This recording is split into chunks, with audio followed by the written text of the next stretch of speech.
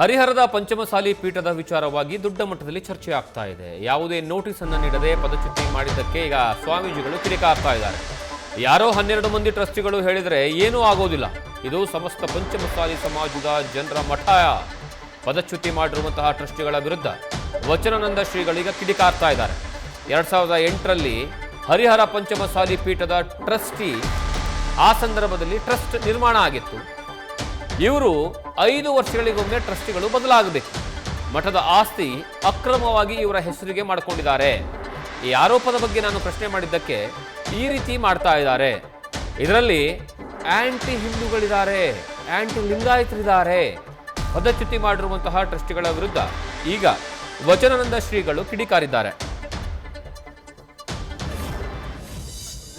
ನಮ್ಮ ಗುರುಗಳಾಗಿರುವಂಥ ಮಹಾನ್ ತಪ್ಪುಗಳ ಹೆಸರಿಟ್ಟುಕೊಂಡು ಅದನ್ನು ತಮ್ಮ ಸ್ವಂತ ಪ್ರಾಪರ್ಟಿ ಮಾಡಿದ್ದಾರೆ. ಮಠದ ಅಡಿಯಲ್ಲಿ ಇಲ್ಲ.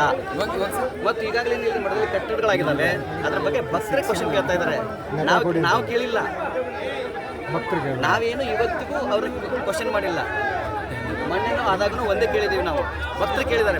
ಅದಕ್ಕೆ ಅವ್ರದ್ದೇನಪ್ಪ ಅಂತಂದರೆ ಲೆಕ್ಕ ಕೇಳೋರು ಸ್ವಾಮಿಗಳು ತೆಗೆದುಬಿಟ್ರೆ ಲೆಕ್ಕ ಕೇಳೋರು ಇರಂಗಿಲ್ಲ ಅಂತ. ಅವ್ರ ಸೆಂಟ್ರಲ್ ಸರ್ಕಲಲ್ಲಿ ಇರ್ತದೆ ಅಂತ. ಆದರೆ ಭಕ್ತನ ಬೆವರ ಹಣಿಯಿಂದ ತಾನು ಉತ್ತಿ ಬಿತ್ತಿ ಬೆಳೆದು ಮಠದ ಸತ್ಪಾತ್ರಕ್ಕೆ ಅನ್ನದಾಸ ಕೊಟ್ಟಾರೆ. ಸಾವಿರ ಭಕ್ತರು, ಲಕ್ಷ ಭಕ್ತರು, ಸ್ವತಃ ಒಬ್ಬ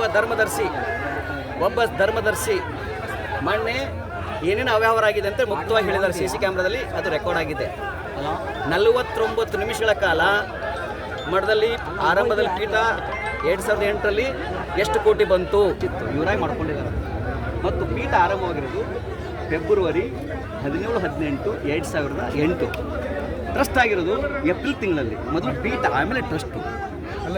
ಆಮೇಲೆ ಪ್ರತಿ 5 ವರ್ಷಕ್ಕೊಂದ್ಸಲ ಟ್ರಸ್ಟಿಗಳು 1/4 ಹೋಗ್ಬೇಕಂತಿದೆ. ಅವು ಯಾವ ನಿಯಮಗಳು ಫಾಲೋ ಮಾಡಿಲ್ಲ. 1.5 ದಶಕದಿಂದ ಒಬ್ಬರೇ ಇದ್ದಾರೆ. ಎಲ್ಲ ಅವರೇ ಇದ್ದಾರೆ. ಮತ್ತು ಅವರೆಲ್ಲ ಸಂಬಂಧಿಕರಿದ್ದಾರೆ. ಅವರ ಆಸ್ತಿ ಪಾಸ್ತಿಗಳ ತಮ್ಮ ಸ್ವಂತ ಹೆಸರು ಮಾಡ್ಕೊಂಡಿದ್ದಾರೆ. ಮಠದ ಆಸ್ತಿ ಪಾಸ್ತಿಗಳಿದಾವಲ್ಲ, ಅನೇಕ ಆಸ್ತಿ ಪಾಸ್ತಿಗಳು ಅವ್ರು ತಮ್ಮ ಸ್ವಂತ ಹೆಸರು ಮಾಡ್ಕೊಂಡಿದ್ದಾರೆ. ಶಿಕ್ಷಣ ಸಂಸ್ಥೆಗಳು ಇವಾಗ ನೋಡಿ, ಸಿಂಪಲ್ ಆಗಿ ದಾವಣಗೆರೆಯಲ್ಲಿ ಪ್ರಧಾನ ಧರ್ಮದರ್ಶಿ 23 ವರ್ಷದಿಂದ ಅವರೇ ಅಧ್ಯಕ್ಷರಿದ್ದಾರೆ.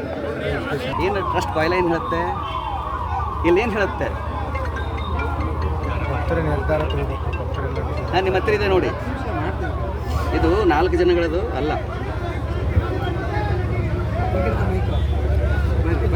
ಸರ್, ಅವರು ಟ್ರಸ್ಟ್ ಸುಪ್ರೀಂ ಆಗಿರೋದ್ರಿಂದ ನ್ಯೂಸ್ ಫಸ್ಟ್ ನಿರ್ಭೀತಿಯಿಂದ ನಿಮ್ಮ ಪರವಾಗಿ.